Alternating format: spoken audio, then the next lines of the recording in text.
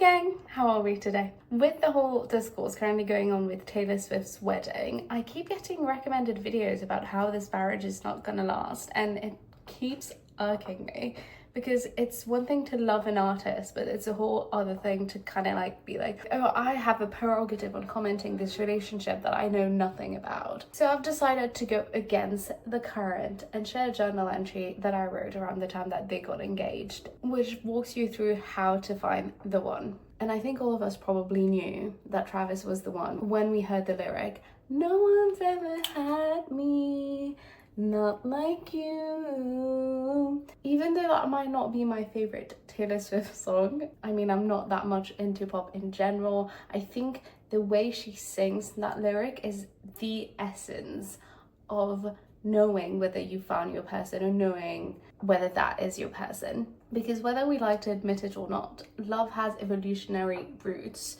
and you'll know instinctually whether a person is potentially your person or not your person, because the instinct comes from your body feels safe, you feel seen, you feel heard, you feel desired, you feel at home. So this whole video is going to focus on finding a partner that is actually right for you. Number one is radical acceptance. What I mean by that is that the right partner should feel like home, where the chaos, the brilliance are accepted and celebrated, not tolerated. You should feel safe about showing up unfiltered, whether that's laughing at your own terrible jokes or spiraling about something so small that no one will really understand. And I think the way to really visualize that is to look at how Travis and Taylor started dating in the first place. He didn't just sneak in this little DM or send random flowers that his butler could have done. He really became part of her culture, showed up to a concert, was mesmerized by her, decided to try to swap friendship bracelet, and when he couldn't,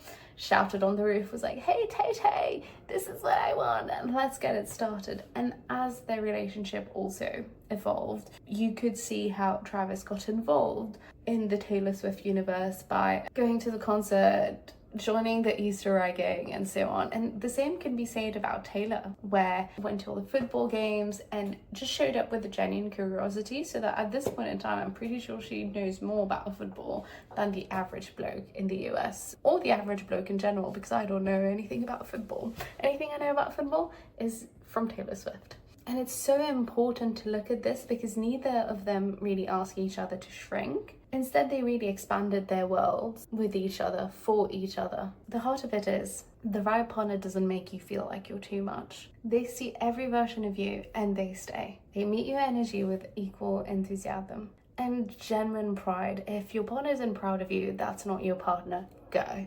And if at any point you ever feel like you have to turn yourself down to be loved, that's not love, that's suppression. Leave. Number two is parallel alignment. And what I want to be super clear about is love isn't about being carbon copies of each other. You don't have to love every single thing your partner loves, but it's mostly about alignment. Think of it in the sense of you don't really need to have the same habits or the same hobbies, but your life should be able to flow with each other. If your lifestyle is so fundamentally different, you're just gonna be like this, not like this. Compatibility is not about sameness, it's about harmony, really.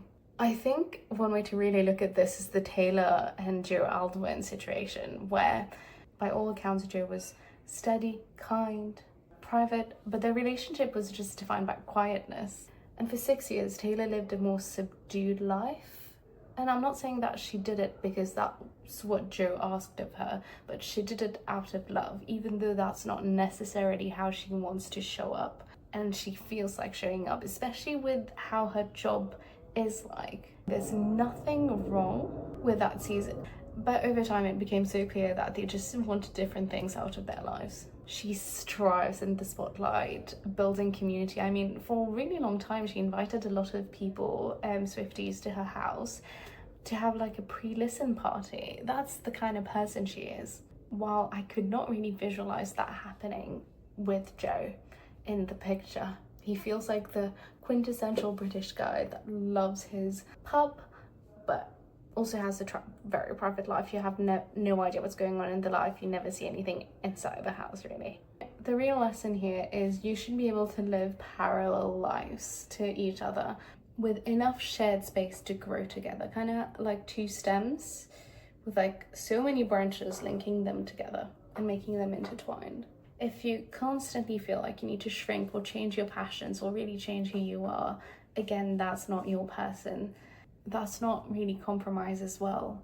That's containment. Number 3 is the amplifier effect. A healthy relationship should feel like oxygen. It should feel like, oh, I can swim 10 kilometers should I want to. Not like a cage of, oh, I'm so afraid what my partner will say. Let me just double check and ask whether I can do this. That's not a relationship. And having experienced this in the past, I can testify that these people exist. They amplify your world. They make you braver, they make you lighter, they make you feel like there's nothing you cannot conquer, really. And I think if we really look at the Taylor-Joe and Taylor-Travis comparison, it becomes really apparent where through her relationship with Joe, Taylor really disappeared. I mean, if we look at the kind of albums she came up with during her time, which were Folklore, I think, Evermore, bits of Tortured Poet Department, you could feel the subduedness. It's a very British way to say what I want to say. It's very neutral as well. It also made me think like how much she was questioning herself and how much she was shrinking. But compared to now, even though I know her Life of a Showgirl album is not the most critically acclaimed album of all time, I do think you can see a sense of joy, a sense of, I want to shine.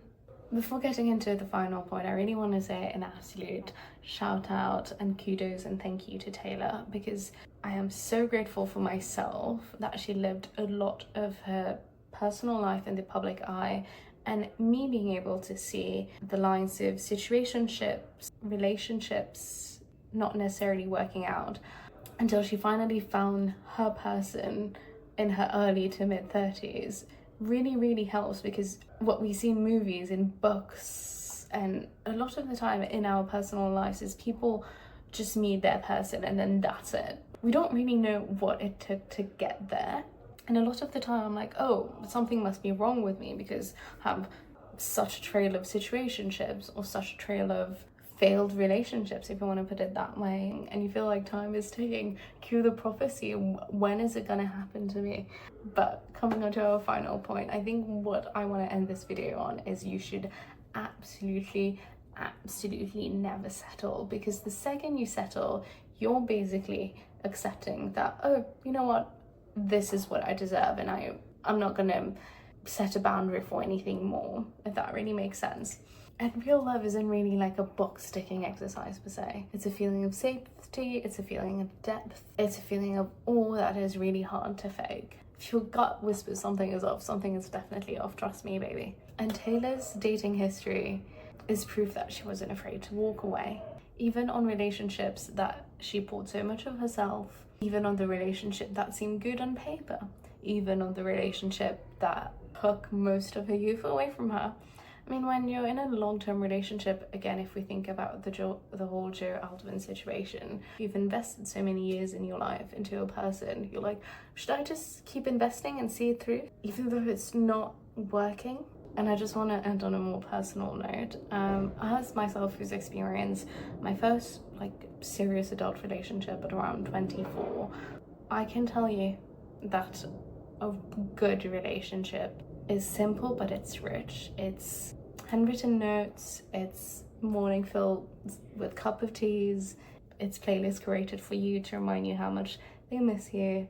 And even with that chapter having ended, it did set the standard for how love should feel, how a good, healthy relationship should feel.